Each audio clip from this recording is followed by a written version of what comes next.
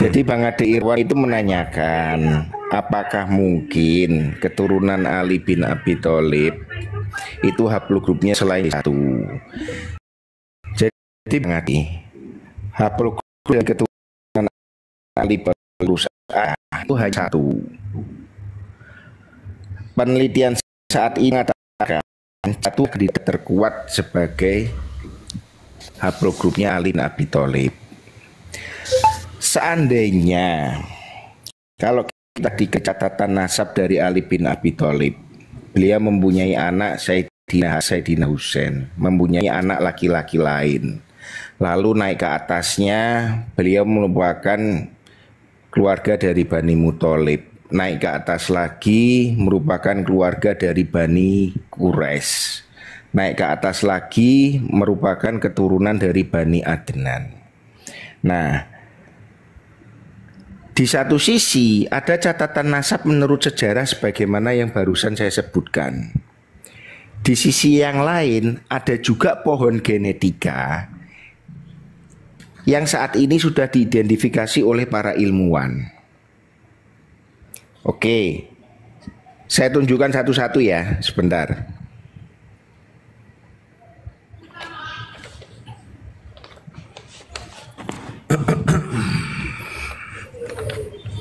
Duh, kena sinar. Bentar.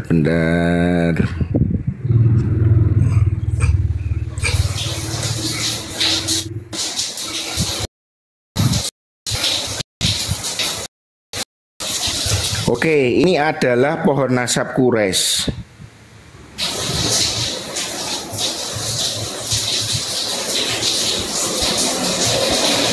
Kalau saya perkecil menjadi seperti ini ya. Ada puluhan kabilah di bawahnya ini. Ini adalah pohon nasab Quraisy. Ini adalah pohon nasab sejarah.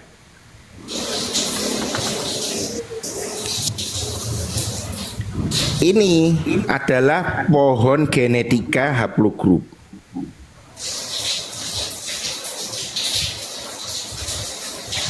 Apabila keduanya sesuai, maka haplogrup tersebut layak dianggap sebagai kandidat haplogrup Ali bin Abi Thalib. Per saat ini, haplogrup yang bisa memenuhi catatan nasab sejarah itu hanyalah haplogrup J1, terutama dari jalur FGC 10.500 atau untuk Quraisynya ke J1 L859. Per detik ini seperti itu Kang Ade. Semua studi mengarahnya ke situ. Seandainya suatu saat ada haplogrup lain yang bisa memenuhi kaidah tersebut, maka dia layak disebut sebagai kandidat juga. Dengan persyaratan dia harus menemukan saudara-saudara mereka dalam haplogrup yang sama. Dalam arti begini, misalkan kalau kita bicara misalkan J2 lah ya. Jadi ternyata J2 ini mempunyai pohon nasab genetika yang sama dengan J1. J2 harus bisa menemukan saudara dia yang di Sayyidina Husain, Sayyidina Hasan, lalu saudara sepupu dia dari anak laki-laki Ali bin Abi Thalib yang lainnya, lalu saudara dari Bani Muthalib, lalu saudara dari Bani Quraisy, lalu saudara dari Bani Adnan. J2 harus menemukan itu semua.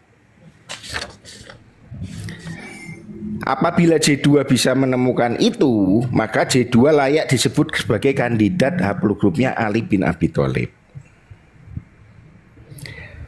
Nah, permasalahannya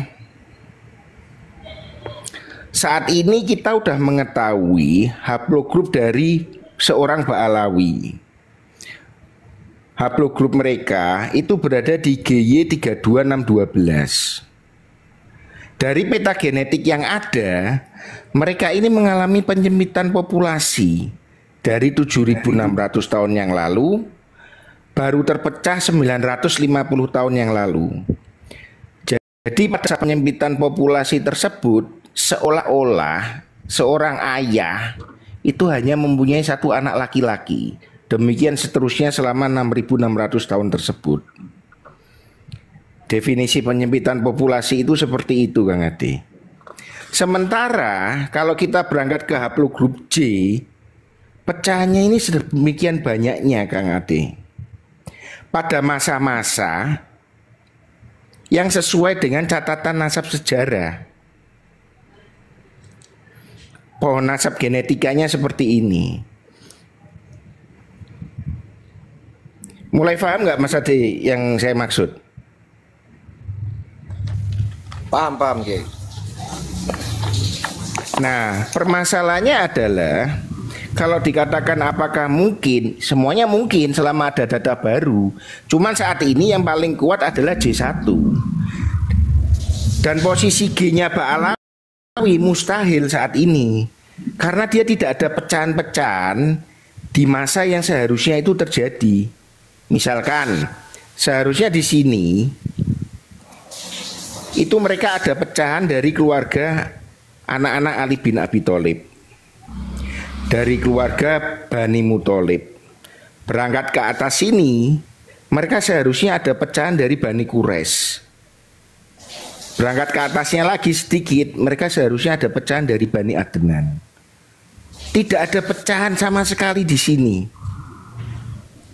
Makanya dikatakan haplogrup G-nya Ba'alawi itu mustahil sebagai keturunan Ali bin Abi Thalib. Kenapa kok mustahil? Dengan tidak adanya pecahan selama 6.600 tahun tersebut, maka apabila kita menerima Ba'alawi sebagai keturunan Ali bin Abi Thalib, semua keturunan Sayyidina Hasan itu sudah musnah, kecuali Ba'alawi. Semua keturunan Ali bin Abi Thalib musnah semua kecuali Ba'alawi. Termasuk semua keturunan Bani Muthalib, Bani Quraisy dan Bani Adnan itu semuanya musnah kecuali Ba'alawi. Kan nggak masuk akal Mas Ade kan seperti itu kan? Nah iyalah. Ya, itu tanya penyempitan itu maksudnya apa? penyempitan populasi itu bisa kita walaupun prakteknya tidak seperti itu ya, seolah-olah selama 6.600 tahun tersebut seorang ayah hanya mempunyai satu anak laki-laki, demikian seterusnya. Paham Kang Batik?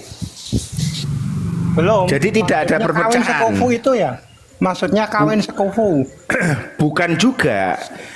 Kalau Ali bin Abi Thalib itu kan mempunyai anak laki-laki banyak, ya kan? Dia kan punya anak laki-laki banyak selain Sayyidina Hasan dan Sayyidina Husain. Yang 5 sudah ketemu selain Sayyidina Hasan dan Sayyidina Husain. Jadi ada 7 perpecahan haplogrup dari Ali bin Abi Thalib. Yang sudah ketemu adalah sekitar 7 seingat saya ya. Kalau saya salah silakan dikoreksi. Nah, sementara Ba'alawi ini mereka selama 6.600 tahun itu lempeng lurus, seolah-olah seorang ayah hanya punya satu anak laki-laki, lalu punya anak laki satu aja. 6.600 tahun mengalami masa penyempitan itu kisaran dimulai tahun berapa sampai dengan tahun berapa itu Pak Matras? Dari 7.200 tahun yang lalu baru terpecah 950 tahun yang lalu. Oke, berarti antara 900 yang lalu ke menuju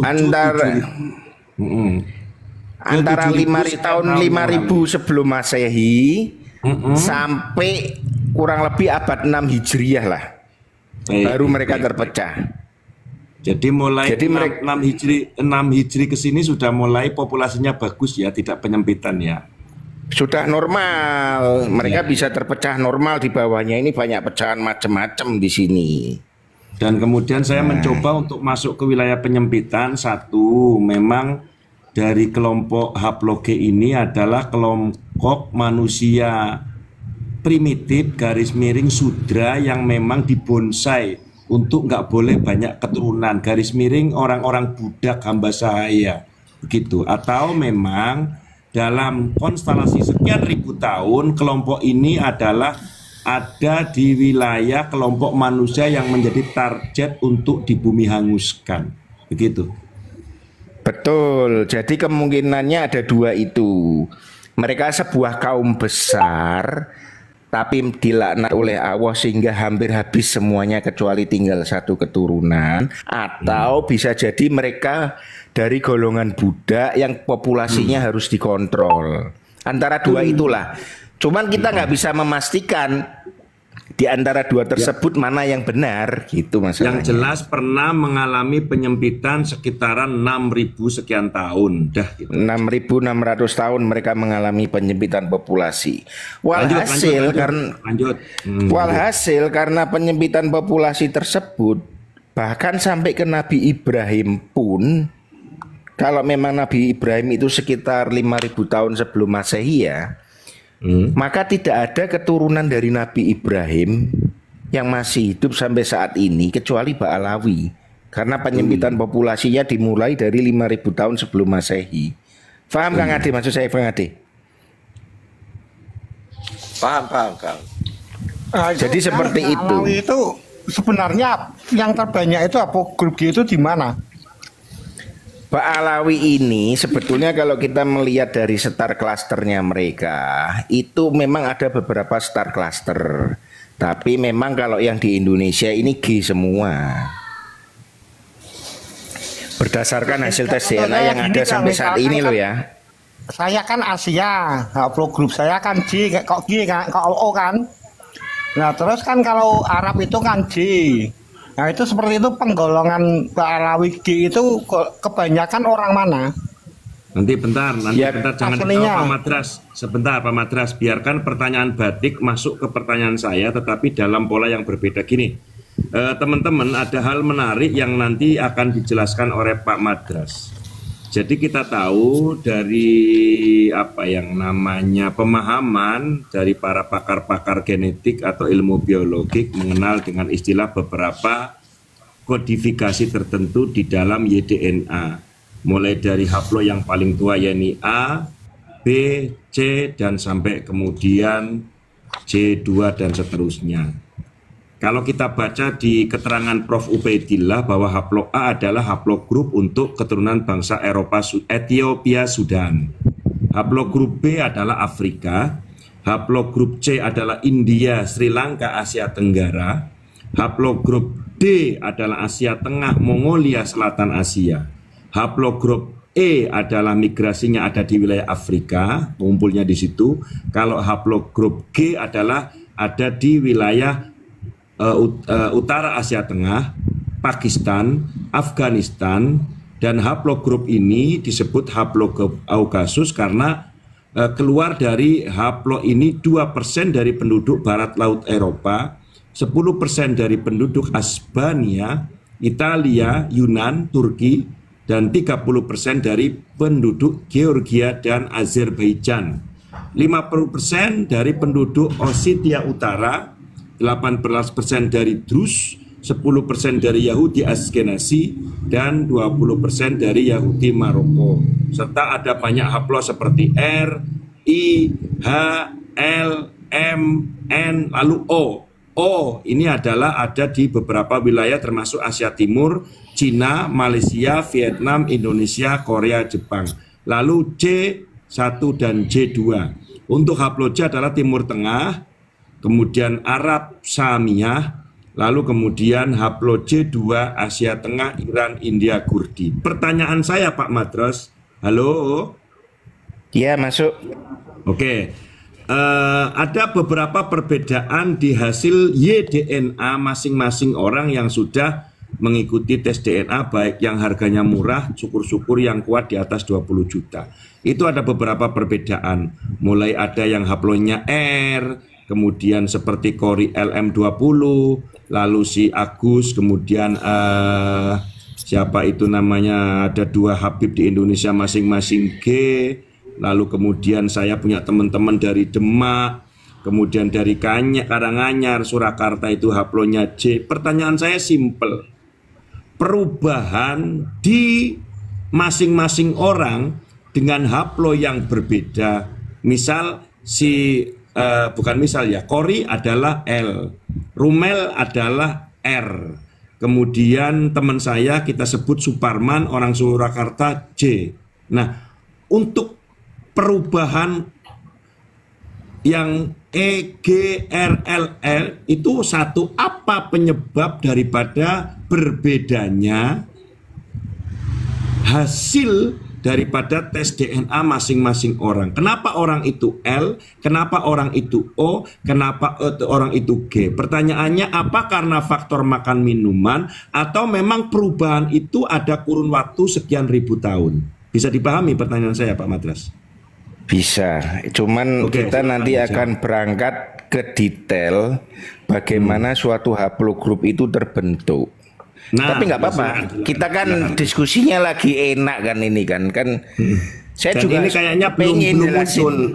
Ya, silakan. Saya juga pengen jelasin hal-hal kayak gini itu ke Pak Alawi, cuman ketika jelasin itu kan saya dipotong-potong, jadi ya nggak usah jelasin ke Pak Alawi, jelasin ke kita. Nanti tayangin ke YouTube, silakan. Apa alasan hasil tes DNA orang itu menjadi berubah? Ada yang O, ada yang R, ada yang L, ada yang G. Apa faktor penyebab? Yang kedua, perubahan itu di setiap berapa dimensi atau berapa ribu tahun? Silakan. Oke. Saya jawab yang kedua dulu atau yang pertama dulu nih, Yai Sarif? Bebas. Jawaban yang belum saya tanyakan juga boleh. Silakan. Oke. Jadi gini ya, supaya kita paham kenapa kok haplogrupnya itu berbeda antara kita dengan ini, kita dengan ini, yang L kok beda dengan R, maka kita harus paham dulu bagaimana suatu haplogrup itu terbentuk. Ya. Oke. Betul. Tolong didengarkan pelan-pelan ya, saya akan menjelaskan secara pelan-pelan. Nanti kalau ada yang nggak paham silakan ditanyakan ya. Oke. Anda bayangkan yang disebut dengan YDNA. YDNA itu mempunyai 58 juta baris lampu. Anggap saat ini lampunya ini mati semua. Udah terbayang belum teman-teman posisi seperti itu? Sudah. Oke. Sekarang ada Kang Ade Irawan.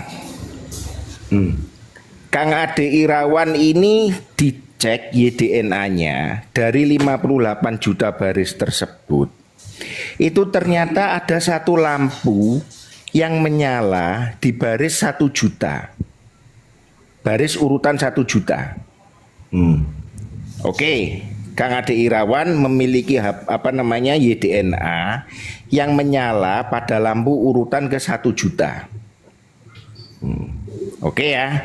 Lalu Kang Ade ini mempunyai 2 orang anak, laki-laki semua. Anaknya bernama A dan B. Oke, sekarang kita bicara ke anak A. Anak A ini mempunyai anak laki-laki bernama A1. A1 mempunyai anak laki-laki bernama A2. A2 mempunyai anak laki-laki bernama A3. Pada saat di A3, semua A1, A2, dan A3 itu memiliki lampu YDNA yang menyala di 1 juta. Tapi ketika di A3, dia juga memiliki lampu yang menyala di urutan 2 juta. Jadi dia memiliki haplogrupnya Kang Ade. Kan Kang Ade kan lampu 1 juta. A3 memiliki 2 lampu yang menyala di lampu urutan 1 juta dan lampu urutan 2 juta. Baik A maupun B, pasti lampu 1 jutanya itu menyala karena keduanya anak dari Kang Ade. Ya. Tapi nanti keturunan dari A3 ini pasti mempunyai lampu yang menyala 2 di urutan 1 juta dan 2 juta. Mulai dari A3 dan keturunan ke bawahnya untuk garis lurus laki-laki A3-nya. Maka bisa kita katakan bahwa sudah terbentuk satu haplogrup baru dari keturunan anak yang A tersebut. Sekarang kita kembali yang B. B mempunyai anak B1, mempunyai anak B2, mempunyai anak B3. Di B3 ini, baik B, B1, B2, B3 pasti memiliki lampu yang menyala di urutan 1 juta, karena itu dari Kang Ade. Tapi ternyata di B3 ada juga lampu yang menyala di urutan ke-3 juta. Berarti saat ini sudah ada 2 haplogrup pecahan dari Kang Ade. Yang satu dari keturunan yang A, lampu yang menyala adalah di urutan 1 juta dan 2 juta. Dan keturunan dari yang B, lampu yang menyala di urutan 1 juta dan 3 juta. Begitulah proses terbentuknya haplogrup seperti itu, Kang Ade. Yai Sarip. Ya. Nah, biasanya kuat yang mana, Bang? Iya. Biasa yang awal atau yang kedua? Untuk setiap lampu yang menyala, baik dari anak A3 maupun B3, itu akan bertahan sampai 1 miliar tahun ke depan. Studinya mengatakan demikian. Makanya haplogrupnya Nabi Adam sampai sekarang itu nggak pernah hilang di semua keturunannya saat ini. Haplogrup A itu nggak hilang, bukan berubah. Jadi semua keturunan sama-sama terdeteksi. Sama-sama terdeteksi, cuman lampunya berbeda kombinasinya. Jadi bisa kita katakan Kang Ade udah punya 2 haplogrup pecahan. Dari anaknya yang A, lampu di urutan 1 juta dan 2 juta. Dari anaknya yang B, lampu di urutan 1 juta dan 3 juta. Semua keturunan Kang Ade, garis lurus ayahnya, pasti punya lampu yang menyala di urutan 1 juta. Nah, supaya kita tahu apakah ini keturunan dari A atau B, harus kita teliti lebih lanjut itu. Ternyata di A3 dan B3 berbeda. A3 hidup di 2 juta, B3 hidup di 3 juta. Paham Kang Ade sekarang maksud saya, Kang Ade? Ya, sama tapi masa hidupnya beda. Masa hidupnya beda. Jadi semua keturunan Kang Ade pasti memiliki haplogrup dari ayah-ayahnya. Jadi haplogrup A3 pasti memiliki haplogrupnya Kang Ade. Tapi Kang Ade belum tentu memiliki haplogrup yang di bawahnya. Paham Kang Ade? Kan yang akhir masa punya yang pertama yang nggak mungkin dong secara lagi. Makanya leluhurnya tidak memiliki haplogrup dari cucunya. Tapi cucunya pasti memiliki haplogrup dari kakeknya. Paham ya? Ya. Untuk di pertanyaan saya masih belum kejawab Pak Madras, itu belum Pak. Iya, sebentar. Kenapa kok terjadi lampu yang menyala? Kenapa kok lampunya tidak identik terus gitu dulu di 1 juta, 1 juta, 1 juta terus? Memang sifat alamiah dari YDNA itu selalu terjadi salah copy paste setiap 3 atau 4 generasi, Yai Sarip. Jadi selalu terjadi yang namanya salah copy paste. Itu sifat naturalnya YDNA itu seperti itu. Karena dia apa? Kesalahan itu yaitu sifat alami, sifat mutasi alami manusia. Maksudnya apa? Karena cuaca, lingkungan, atau kehidupan, pola hidup? Iya, kita nggak tahu ya penyebabnya apa ya. Cuman per 3 atau 4 generasi garis lurus ayah selalu muncul satu SNP baru. Penelitian saat ini seperti itu. Dan setiap lampu yang sudah hidup, dia akan bertahan sampai 1 miliar tahun ke depan. Jadi memang sifat alamiahnya itu terjadi copy paste yang keliru per 3 atau 4 generasi. Tapi setelah terjadi kekeliruan, dia itu bisa bertahan selama miliaran tahun, 1 miliar tahun, Yai Sarip. Paham Yai Sarip maksud saya, Yai Sarip ini? Belum. Karena gini Pak Madras. Karena yang di pikiran saya adalah bahwa hasil dari orang-orang yang sudah melakukan tes DNA, yang sehingga sekarang sebagian sudah tersusun rapi, ada terbentuk paling tidak 19 varian ya, mulai dari A sampai J2, itu kan berarti 19 varian. Kalau saya katakan 19 varian, berarti masing-masing varian itu kan berbeda. Ada yang mulai A, B, sampai kemudian J1 dan J2. Kenapa belum menjawab pertanyaan saya adalah begini. Sepemahaman saya bahwa bentukan varian yang sekarang sudah tersusun rapi mulai A sampai kemudian ke bawahnya ada G, ada R sampai J1, J2 itu terbentuk di sekian ribu sebelum kita. Artinya untuk di masa yang akan datang tidak akan mungkin ada perubahan gitu loh. Oh, berarti ini Yai Syarif mau mempertanyakan masa terjadinya kan? Iya, saya ke situ. Oke, ya ini sekarang karena gini, saya jelaskan. Sebentar Pak Madras. Karena pernyataan sampean barusan dengan mencontoh daripada Pak Ade Irawan yang punya anak, kemudian anaknya punya anak, lalu kemudian memungkinkan berubah, itu perubahan bukan pada sisi abjadnya, tetapi pada kodifikasinya. Sampai sini paham ya sampean ya? Nah itu loh, ini yang kemudian jangan sampai teman-teman di bawah salah paham. Ya, kalau orang sebentar. Kalau orang yang sekarang misalkan ade saya atau siapapun, saya punya anak saya punya anak, itu tetap kalau saya misalkan G ya, misal saya G, maka anak saya juga G, cucu saya juga G, uyut saya juga G, hanya kemudian akan ada kode SNP tertentu yang di belakang G, tapi haplogenya nggak mungkin hilang.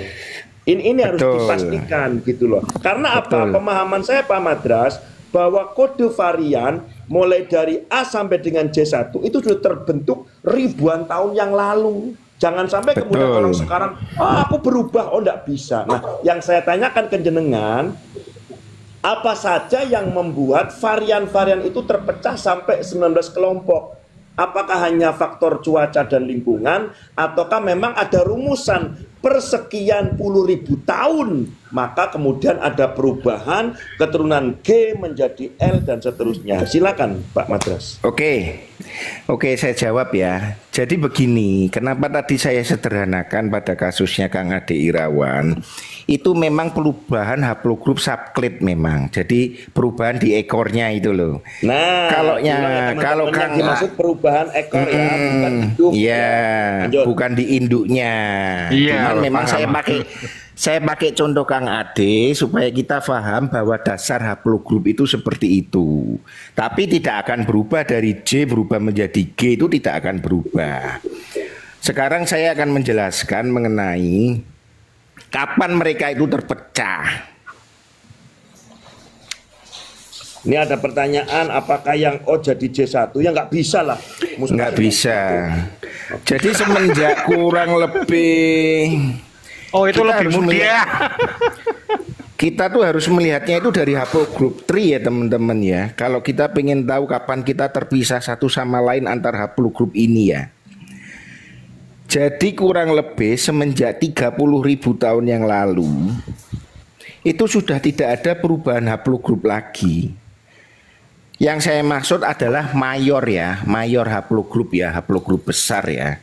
Seperti G, H, I, J.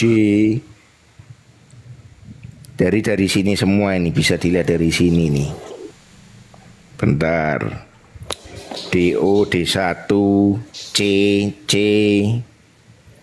F, G, H, I, J1, J2, T, L, M, S, P, Q, R, N, O1 dan O2. Semenjak 30.000 tahun yang lalu itu sudah tidak ada perubahan haplogroup.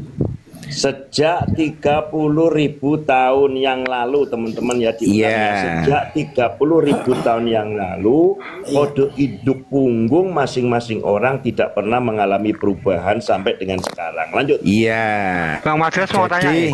Berarti haplogrup mayor ya teman-teman ya, yang saya maksud loh ya, bukan haplogrup. Iya, pusatnya. O1 dan O2 itu berarti awalnya satu induk ya? O1 dan O2 itu aslinya berasal dari O. Iya, satu induk. Maksudnya berasal dari NO. NO berasal dari NR. NR berasal dari K. K berasal dari HIJK. Oke, K berasal dari J itu mengalami masing-masing perubahan di punggung induk itu, standarnya kira-kira normatifnya berapa ribu tahun di situ, Pak Madras? 50.000 tahun yang lalu kalau lihat dari haplogrup tree ini. Antar jaraknya bukan antara kita dengan mereka, tapi antar jarak masing-masing titik koordinat haplo yang kemudian J. Agak singkat ini kalau GHIJK dan HIJK itu singkat itu. Berapaan? Nggak kelihatan di sini, mungkin sekitar 5.000 tahun kurang lah kelihatannya seperti itu, karena ini kan mepet lurus kan. Ya. HIJK keturunan dari GHIJK, keturunan dari FT, keturunan dari JF, keturunan dari CT, keturunan dari BT, sampai kita ke haplogrup anul T. Mumpung saya ingat, jadi antara apa itu namanya rumusan menjadi varian yang berbeda, katakanlah yang L kemudian berubah menjadi M, kemudian M ada keturunan nanti N, antara masing-masing kodifikasi abjad L, M, N itu paling tidak standarnya minimal di 50.000 tahun yang lalu atau 30.000 tahun lalu itu perubahan itu jaraknya itu paling dekat antara 5.000 10.000 tahun ya. Ya. Baik. Jadi gini ya Syarif. Tahun berarti kita hitung ya. 1 abad 100 tahun. Oke, 1000 berarti 10 abad. Untuk berubah L menjadi MN dan seterusnya berarti butuh 50 abad, teman-teman. Sekarang secara nalar sehat aja, bagaimana mungkin orang yang saat ini teridentifikasi haplonya G, sementara jarak orang sekarang dengan Rasulullah SAW tidak ada 50.000 tahun, kok mau berubah menjadi C loh? Dari mana ceritanya, saudare-saudare? Yo kalau gitu tuh, ini ya sederhananya, kalau G itu turunan Nabi, berarti turunan Nabi hijrah semua ke Kaukasus dong. Kalau hanya sekedar hijrah masih simpel. Kalau G memaksa menjadi Bani Muthalib, kalau G maksa menjadi zuriyah Nabi garis presisi laki-laki, itu sama halnya menyatakan musnah semua keturunan Bani Muthalib, Bani Hashim, Bani Adnan, Quraisy, Bani Ismail, Bani Ishak, Bani Ibrahim, semuanya musnah, nggak ada keturunan laki-laki. Atau kita balik, kalau kemudian G dipaksa sebagai zuriat Nabi, sama saja kita menyangka Nabi Muhammad haplonya G, yakni Yahudi Kaukasus. Iya benar gitu ya, berarti Nabi hijrah ke Kaukasus. Atau bisa juga begini Yai, atau bisa juga begini, seandainya G ngaku bersaudara dengan J, maka Rasulullah itu hidupnya bukan 2000 tahun yang lalu, bukan 1500 tahun yang lalu, tapi 55.000 tahun yang lalu. Nabi Muhammad. Nah kan mustahil toh, kan sudah jelas toh kalau Rasulullah kan 1500 tahun yang lalu toh. Loh, kalau Nabi Muhammad lahirnya 5.005 nggak apa-apa, asalkan orang sekarang yang maha keturunan Nabi silsilahnya jangan 45 dong, harus ngitung sesuai dengan 55.000 tahun. Iya, makanya permasalahannya kan seperti itu. Memang G dan J itu bersaudara, berasal dari satu orang yang sama, tapi itu terjadinya 55.000 tahun yang lalu. Makanya seandainya Nabi Muhammad itu hidup 55.000 tahun yang lalu, adalah masuk akal untuk menerima G dan J itu bersaudara. Tapi kan mustahil, kita kan sama-sama tahu kalau Rasulullah cuma sekitaran 1500 tahun yang lalu. Masalahnya kan di situ. Sejarah mencatat baginda lahir di tahun 571 Masehi fik. Betul, makanya sebetulnya dalam jangka waktu 30.000 tahun yang lalu itu sudah tidak ada perubahan haplogrup mayor teman-teman ya. Jadi yang saya sebut haplogrup mayor itu ya haplogrup yang besar-besar itu tadi seperti G, H, I, J1, J2, I juga ada dua, I1 dan I2. O juga ada dua, O1 dan O2. Sudah tidak ada perubahan teman-teman di haplogrup mayornya. Untuk haplogrup subclade atau haplogrup keturunannya jelas ada perubahan. Sebagaimana yang saya jelaskan tadi di kasusnya Kang Ade Irawan. O1 dan O2 itu kebanyakan hidupnya di mana, Bang? Wah, saya nggak hafal ya. Saya harus ngelihat di Ancestor Pad ya. Kalau di sensus itu Sebentar. Asia atau ASEAN, cuman ASEAN atau Jadi teman-teman kalau pengen Mas Batik kok tambah kritis suwi-suwi haplo iki awakmu panganane haplo to dino iki ampun tenan awak. Jadi teman-teman kalau pengen lihat migrasi mutasi ki kadang kena cuaca ngono pas sama Bang haplo itu. Iku dudu mutasi lek kena cuaca iku mergo pilek kurang vitamin kuwi awakmu. Ya tidak ada korelasi pasti ya teman-teman ya antara cuaca dengan perubahan DNA ya. Polanya seperti apa itu kan terjadi secara acak ya. Memang selalu terjadi copy paste yang keliru setiap 4 generasi. Iya, itu perubahan karena Allah ya. Kalau kita lihat Nabi Ibrahim, genetiknya bukan J1. Yang berubah itu siapa? Nabi Ismail. Nah, di situ. Jadi dari Nabi, kita hitung dari Nabi Ismail ke bawah sampai ke Bani Quraisy. Itu J1. Kenapa bisa berubah? Kita tidak bisa mengatakan kenapa. Enggak. Kalau Nabi Ibrahim itu C, cuma dipecah jadi 2, J1 dan J2 gitu loh. Bukan juga Nabi Ibrahim kan gitu. Bukan. Seandainya Nabi Ibrahim itu hidupnya tidak lebih dari 10.000 tahun yang lalu, maka pasti antara Nabi Ibrahim dan Nabi Ismail itu sama. Kecuali kalau Nabi Ibrahim itu hidupnya lebih dari 30.000 tahun yang lalu, maka memang kemungkinan ada perbedaan haplogrup antara satu dengan yang lain. Tapi kalau pada kasus Nabi Ibrahim kan sekitar hidup kan 8.000 kan. Sekitar 8.000 tahun yang lalu, nggak sampai 8.000 sebetulnya, 7.000 sampai itu masih J1 sebetulnya. Cuman dipisah itu kan jadi Ismail dan Ishak, ditandai 1 sama 2 itu gitu. Saya pernah tanya itu. Sekarang di 1 dan di 2 itu Ismail dan Ishak gitu. Disimpulkan. Gimana Kang Ade?